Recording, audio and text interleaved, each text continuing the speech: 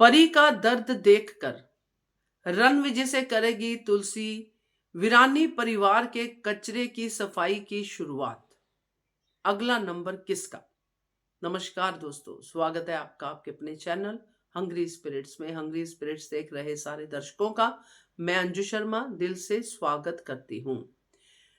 तो रणविजय आ गया है रडार में तुलसी के, क्योंकि रणविजय वैसे भी उसकी बातें भी सुनी है तुलसी ने। वो शेयर की बात कर रहा है, खरीदने की, कंपनी हड़पने की बात कर रहा है।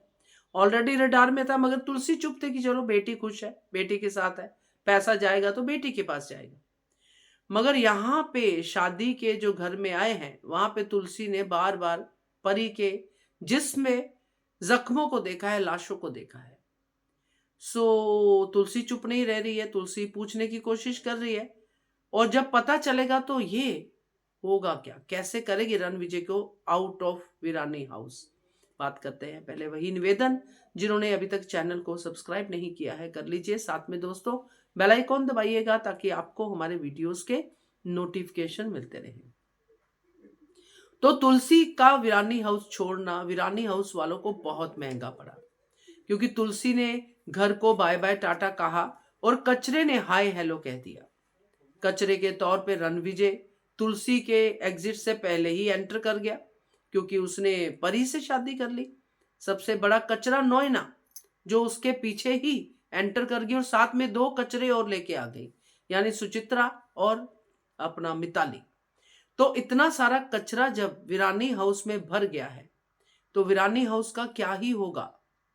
इसीलिए आज वीरानी हाउस इस मुकाम पे है, ठीक है ना। तो जो पैसा है वो भी गया, इज्जत भी जाने ही वाली है। तो अब तुलसी ने देखा है कि हो क्या रहा है, अब उसको समझ में आ रहा है बिजनेस में क्या नुकसान हो रहा है, नोयना क्या कर रही है। मिहिर से उसको अभी कुछ लेना देना नहीं है, क्योंकि मिहिर से वो नाराज है, गुस्सा है। तो ये सारी चीजें जो हो रही हैं, अब उसमें शुरुआत, क्योंकि होता है ना जब घर आप बड़े दिनों बाद जाओ, आप देखते हो सालों साल घर बंद रहता है, आप जाते हो और देखते हो कि घर का तो बुरा हाल है, जगह जगह पे मकड़ी के जाले, कचरा, बदबू, बहुत कुछ होता है। कोई पंछी मरा हुआ मिल जाता है, बहुत कुछ होता है। सो कचरे की शुरुआत करनी पड़ती है निकालने की। तो जो भी समझदार इंसान होता है वो एक साथ सारा घर नहीं साफ कर सकता, शुरू कर सकता, वो एक कोने से शुरू करता है कि पहले यहां से सफाई शुरू करते हैं, फिर धीरे धीरे सारा कचरा बाहर निकालेंगे, घर को साफ सुथरा बनाएंगे, पॉजिटिव। तो तुलसी भी ऐसा ही करने वाली है दोस्तों। उसने गायत्री से पूछ लिया है परी के बारे में। अब गायत्री को जितना पता है वो तो बताएगी, क्योंकि काफी कुछ तो गायत्री के सामने ही हुआ है। और बाकी दास्तान जो है परी का, वो छुपा हुआ जो जख्म है वो दिखा रहा है। परी बोल नहीं पा रही है, परी चाहती है कि माँ के सामने सारा दुखड़ा रो दे, मगर माँ के साथ जो किया है वो परी को बोलने नहीं दे रहा। अच्छा लगा, क्योंकि परी ने ये बात सोची, अच्छा लगा। तो मगर तुलसी कैसे चुप रहे, वो तो अपनी परी को दुखी नहीं कर सकती है।